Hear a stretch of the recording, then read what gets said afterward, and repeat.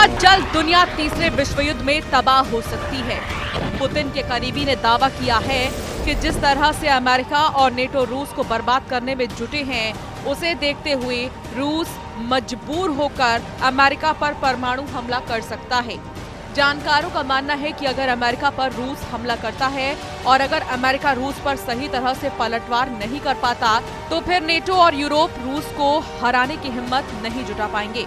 America पर फटेगा रूसी परमाणु बॉम्ब, पोलैंड पर हमला, जंग में उतरा नेटो। परमाणु हमले को तैयार रूस, पहला टारगेट अब अमेरिका। पोलैंड के F-16 ने मार गिराए रूस के ईरानी ड्रोन। तीसरा विश्व युद्ध शुरू, परमाणु जंग से युद्ध का फैसला। 3.5 साल से ज्यादा की रूस यूक्रेन जंग अब पूरी तरह से विश्व युद्ध में बदल चुकी है। हालात ये हैं कि नेटो देश पोलैंड डंके की चोट पर कह रहा है कि रूस ने पोलैंड पर ड्रोन से हमले किए हैं, तो अब नेटो के 32 देश मिलकर रूस से हमले के बदले को लेकर रहेंगे। हालात ये हो गए हैं कि एक तरफ रूस को कमजोर करने के लिए और हराने के लिए अमेरिका भारी प्रतिबंध और टैरिफ का सहारा ले रहा है, तो वहीं जर्मनी, फ्रांस, ब्रिटेन और पोलैंड जैसे नेटो देश में घातक हथियार, लड़ाकू जेट और लंबी दूरी के ड्रोन से रूस पर बड़े हमले की तैयारियां शुरू हो चुकी हैं। दूसरी तरफ रूसी राष्ट्रपति पुतिन के करीबी ने दावा किया है कि अगर रूस के वजूद पर खतरा आया तो रूस अमेरिका पर परमाणु हमला कर सकता है। रूसी परमाणु धमकी के बाद से अमेरिका के साथ साथ सभी नेटो देश हाई अलर्ट पर हैं। रूस के करीबी बाल्टिक देश लिथुआनिया, एस्टोनिया और लातविया में हजारों सैनिक बॉर्डर पर पहुंच रहे हैं। इधर ब्रिटेन के पीएम कीर स्टारमर ने ऐलान कर दिया है कि हम मिलकर पोलैंड पर रूसी ड्रोन हमलों का बदला लेंगे। कुल मिलाकर हालात ये हो गए हैं कि अब यूक्रेन जंग के साथ साथ वर्ल्ड वॉर की तैयारी शुरू हो चुकी है। जैसे ही पोलैंड ने दावा किया कि रूस ने पोलैंड में घुसकर ड्रोन हमले किए हैं, उसके बाद से ही नेटो देशों ने ये मान लिया है कि रूस अब यूक्रेन के साथ साथ नेटो देशों से सीधा युद्ध करना चाहता है।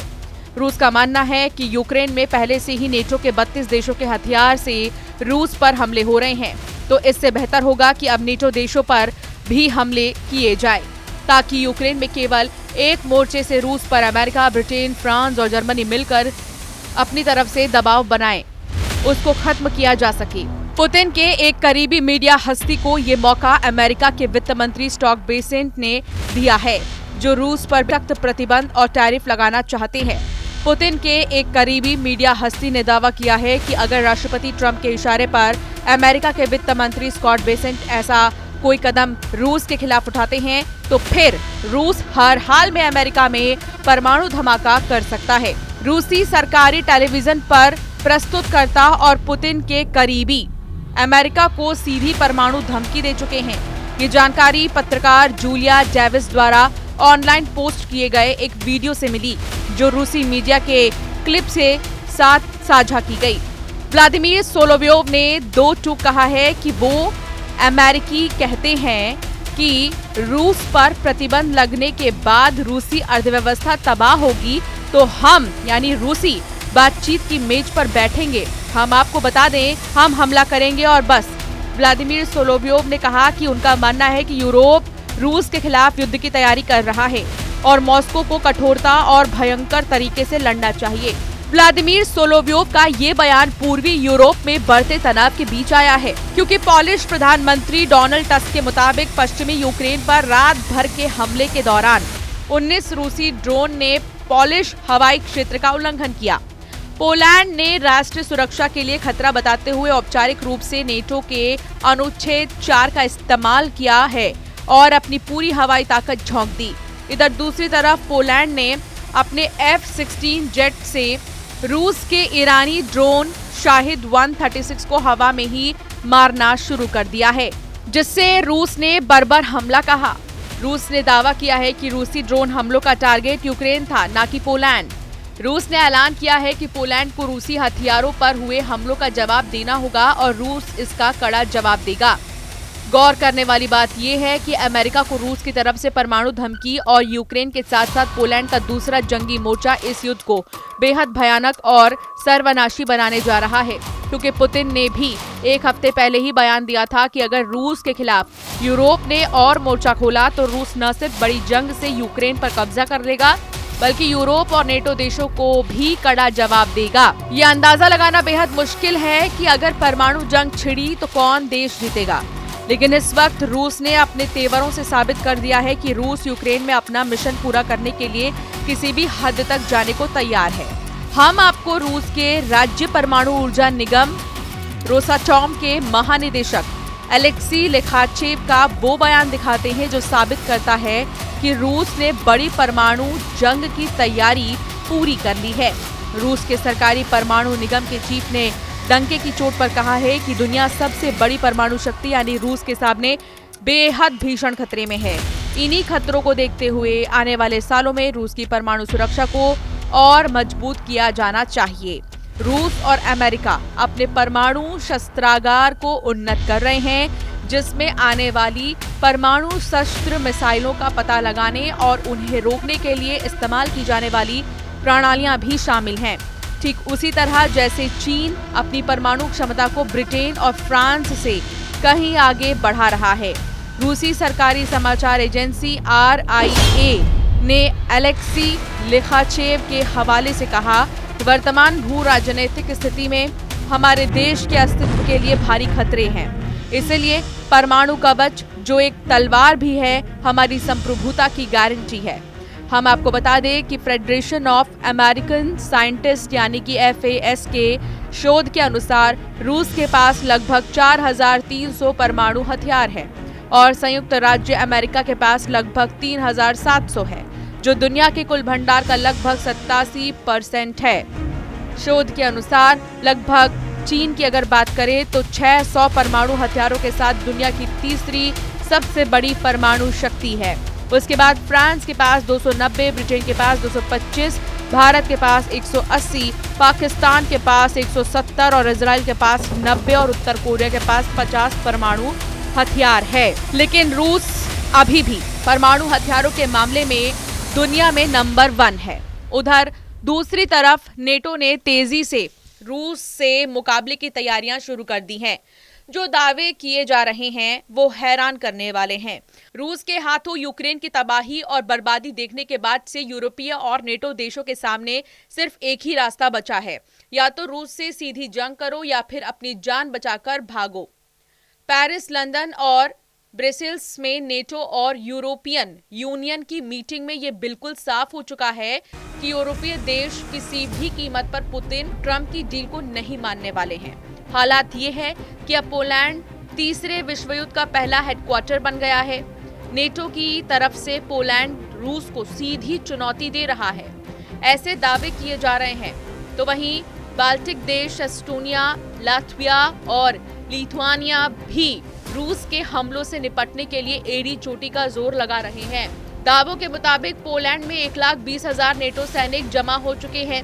फ्रांस की स्पेशल फोर्स के लगभग 6,000 स्पेशल कमांडो पोलैंड में मौजूद हैं। इधर रूस ने बेलारूस में अपनी स्कंदर मिसाइल 5 महीने पहले ही तैनात कर दी थी। खबर ये भी है कि अगर पोलैंड की तरफ से रूस पर हमला होगा तो बेलारूस की तरफ से यूक्रेन पर रूस और बेलारूस की सेना मिलकर बड़ा हमला कर देगी। नेटो की इस चाल पर ट्रंप की मुहर नहीं लगी है, ऐसा दावा किया जा रहा है। दुनिया जानती है कि अगर रूस का डेड हैंड एक्टिव हो गया तो फिर चाहे भले ही कोई इंसान जिंदा न हो, फिर भी न्यूक्लियर मिसाइल खुद ब खुद उड़ने लगी हैं। रूस का डूम्सडे डिवाइस पूरे अमेरिका को 30 मिनट में मिटा सकता है। रूस के विदेश मंत्री सर्गेई लावरोव कुछ हफ्तों पहले ही बोल चुके हैं कि रूस की परमाणु घड़ी टिक टिक कर रही है। आज रूस के पास 1600 टैक्टिकल न्यूक्लियर वेपन्स हैं और 2400 स्ट्रैटेजिक न्यूक्लियर वेपन्स हैं। 2011 में रूसी जनरल सेर्गेई काराकाएव ने एक इंटरव्यू में डेड हैंड सिस्टम के वजूद को कंफर्म भी किया था। उन्होंने कहा था कि अमेरिका को 30 मिनट में खत्म किया जा सकता है। रूसी मीडिया के मुताबिक अब इनमें रडार अर्ली वार्निंग सिस्टम और हाइपरसोनिक मिसाइलें भी जोड़ दी गई हैं।